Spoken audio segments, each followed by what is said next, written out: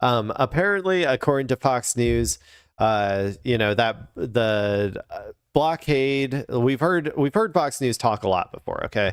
The blockade was the magic bullet. It was going to destroy Iran, and Iran is on the verge of economic collapse any day now, just like they have been for the past 20 years under sanctions. Just any day now, they're going to collapse. And we got another one, people. We got another piece of propaganda. We got now Iran has apparently run out of oil storage, according to Fox News, or according to Besson, I guess. So let's go ahead and watch this video. We'll analyze it and we'll see if we buy it or not. Newsflash, I'm probably not going to buy it. We'll see. If they give me compelling evidence, then maybe I will, but I'm probably not going to buy it. A potential tipping point in the Strait of Hormuz, Treasury Secretary Scott Bessent saying Iran has run out of room to store oil. It's going to have to stop production. Lucas Tomlinson has more details from Dubai. Hello, Lucas. Good morning, Shannon. A year ago today, President Trump arrived here in the UAE with commerce on the agenda. And now, after a month-long blockade on Iran, Treasury Secretary Scott Bessent says it's starting to feel the pain. There have been no loadings in the past 3 days. We believe their storage is full. None of the ships are getting out. None are coming in, so they're not able to store oil on the water. So they're going to. I think some are getting out. I'm pretty sure some are getting out. The shadow fleet stuff that's been going on in the background. A lot of people, I mean, they'll never admit it, but there has been reporting on shadow fleet vessels making it out and stuff. To go sell oil to China. And then not only that, I always talk about but they can still sell stuff over land routes. They can still move stuff over land routes if they have to. It's not as efficient, but they're still able to sell it that way. So going to start shutting down. Here's a satellite photo of Karg Island, the hub responsible for 90% of Iran's oil exports before the war. The storage tanks are currently 85% full, according to experts, up 3% in recent days. Now, shipping guru Tanker Trackers. Where are they getting this information from? That's what I need to know. I don't know how they're getting this information. Says, quote, Karg Island isn't maxed out of storage space. If it were, they would grab the nearest available tankers and top them up. Now, during the Beijing summit between President Trump and General Secretary Xi, about a dozen ships made it out of the Strait of Hormuz, including some from China. It also turned violent again. An Indian flag. See, so China made it out again already. That was what I was just talking about. They're still shipping then. During the Beijing summit between President Trump and General Secretary Xi, about a dozen ships made it out of the Strait of Hormuz, including some from China. It also turned. So there you go. So they are still shipping oils. Then this is a nothing story. You just answered your own question. Are they going to run out of storage? No, because they're still shipping. They're still shipping oil. That's very confusing to me. Violent again. An Indian-flagged livestock vessel was sunk off the coast of Oman. It's not clear if there was any livestock aboard, Shannon. All 14 crew members were rescued. The attack on the Indian ship took place while India was hosting a BRICS economic summit. Another ship hijacked by Iranian commandos off the coast of UAE, last seen headed to Iranian waters. Here was Iran's foreign minister speaking in Delhi. The Strait of Hormuz is open, and all vessels can pass except the vessels belong to those countries who are in war with us, who are fighting with us. Yeah. Now today, officials. I mean, yeah, and that's also assuming that you go through Iran's system for getting through. You have to coordinate with Iran to get through, and if you don't do that, then they'll probably either board your vessel or sink it if they feel like it's a threat or something. So. In OPEC-free UAE announced plans to build a second pipeline to bypass the Strait of Hormuz and boost export capacity, doubling it by next year. Shannon? All right, Luke. Okay, the UAE will build second pipeline to bypass Strait. Go for it, buddy. I got news for you. Those pipelines that are working right now for Saudi Arabia or whatever to go to the Red Sea, number one, Okay, Iran could at any point activate the Houthis and be like, okay, you're not getting anything. Nobody's shipping stuff through the Red Sea. There goes another like 10-15% of oil to the market, which would be a catastrophe. Iran has held that card. They have chosen not to play that card, but they could. Number two, they could just shoot those pipelines. It's not that hard to just shoot the pipelines and, destroy them. Like, so that's also like... I don't understand what good you really think this would do in like a actual conflict, like where Iran can so easily destroy this extra access to oil in multiple ways with cards that they are intentionally holding back because they don't feel like they need to play them yet. So okay, go for it, UAE. Build your second pipeline. I'm sure that'll solve all of your problems. Lucas Tomlinson, good to see you across the planet there. Just safe travels, my friend. Thank you. Let's bring in former CIA Chief of Station Dan Hoffman. Dan, worrying about Iran's oil storage. Also, they didn't even tell like how they got that information of how full they are. I'm curious how they got that. Storage capacity might seem a bit esoteric to the majority of Americans. Talk to us about why it matters and why we should care. Well, I think first and foremost, the IRGC cares a lot about the fact that Iran can't ship their oil and that they're reaching maximum capacity at their export terminals. That denies Iran the funds that they need to carry on their military aggression overseas, to pay the IRGC and their besieged paramilitary force to suppress the population. Yeah. I think the key question for our intelligence community, and I can tell you this from my own experience at CIA. When you're under a wartime economy, things like that, a lot of these things just come down to like they become internal. It's not like people, first of all, people are willing to like hunker down and like suffer for, a period of time if you're defending your country from, Epstein associates trying to attack it and steal your resources, right? Like you're going to be willing to like take some sort of like dip in your standard of living. But number two, the like things like GDP or like internal revenue and all that sort of stuff is a little bit irrelevant. Like you can do currency manipulations, you can do temporary things to alleviate that suffering. You can provide for people not with money, but the actual productive like food or what like things that they need.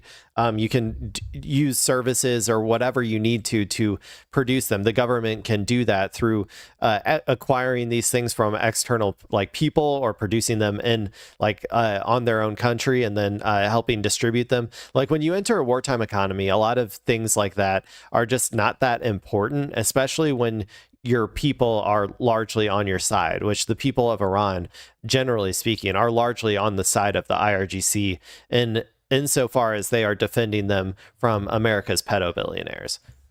For Director Ratcliffe at CIA is how does Iran see this challenge for them, that they can't export their oil? How does the IRGC leadership, General Vahidi, for example, does this mean that the United States has the leverage that we need to force Iran to negotiate in good faith? Those are some of the questions I think that President Trump will be asking the intelligence community. What do you make of, coming out of the... Hey, I can save him some time. Just ask me. The answer is no. It won't change anything. Like what? But I mean, you can keep dreaming, though. The longer this goes on, the longer everybody stalls on this issue, the conflict actually getting resolved, the worse of a bargaining position America is going to be in, and the more it's going to have to capitulate to Iran in the end. So if you want to keep playing this game and pretending like everything's fine and Iran's going to collapse, sure, buddy, Iran's going to collapse any day now. In fact, just keep it up for another, another couple weeks, another month or two, another 3 or 4 months. I'm sure they will collapse any day. Another year or two, they'll collapse any day now, for sure, buddy. Keep it up. Like I said, every day that this goes on, where the global economy goes further and further down the toilet, and the oil, like there's oil shortages in all of the various like Asian countries, and there's rolling blackouts in Europe or whatever as they run out of energy. I'm sure that that Iran will just any day now they're going to collapse. It'll just keep getting America into a worse and worse bargaining position as that happens. The trip, President Trump says that that China told him behind the scenes in these closed door meetings and the other officials there that they will commit to not sending any weapons to the regime in Iran. China has not said that publicly, which isn't surprising, but what do you make of those comments? Well, Xi Jinping lies a lot, and he did that, you remember, back in 2015 in the Rose Garden when he told President Obama that China wouldn't militarize the South China Sea. So he'll say anything publicly. He might say that China's not providing Iran military equipment. I suppose technically that might be true. What they're giving Iran is lots of intelligence, including satellite overhead imagery that helps Iran's military in the war against the United States, as well as dual-use military equipment, engines that find their way into Iranian drones and that enhance. Dude, who cares? They're a sovereign country. They can do what they want. Same with Iran. They're a sovereign country. They can trade with whoever the fuck they want. I don't give a shit. We also send a bunch of military equipment and stuff over to the UAE and Saudi Arabia and Israel, obviously. Like, I don't understand this argument. Like, they're a sovereign country. They can sell or trade whatever they want to whoever they want. Like, what are you gonna fucking do about it, bitch? Like, that's what I keep asking. It's like they're like mad about these things, but it's like America doesn't have the capability to stop these things from happening. So like, what's the point of even getting mad about it then? Two sovereign countries engaging in trade, and America not being able to do anything about it, then why even bring it up? Enhances Iran's war effort. So there's no question about that.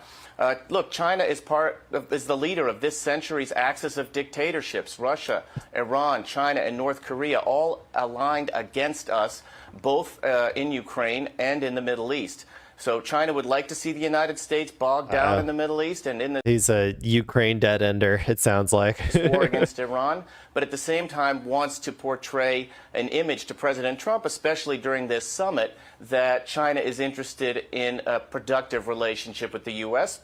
because China wants to extract as many concessions as they can from the U.S. side. And President Trump's a good negotiator, and he'll see through that. To that point, Dan, here's President Trump talking to Sean about his broader goals for the war and why China shares his objective of never seeing Iran have a nuclear weapon. We're helping you, and we're helping you in another way because I don't think China wants Iran to have a nuclear weapon either. I said, they're stone cold crazy. You don't need them having a nuclear weapon either. You think he agreed? Yeah, I think that was the impression. I don't think he wants. No, I don't think China cares one way or the other, to be honest. I don't think China cares one way or the other whether Iran has a nuclear weapon or not. That doesn't really change anything from China's perspective, I think, because like the one thing you could say is that if Iran had a nuclear weapon, they would have a nuclear umbrella to help protect them from the aggression of Israel, right? Like that might be good for China from China's perspective if Iran did that just to prevent the destabilizing efforts of America and Israel constantly, destabilizing the Middle East. Like, to some extent, I could see that idea, like they would care about it from that perspective. However, I also think that Iran already proved that it had something better than a nuclear weapon, which is complete and total control over 20% of the world's energy supplies. So they don't even really need a nuclear weapon to be able to have the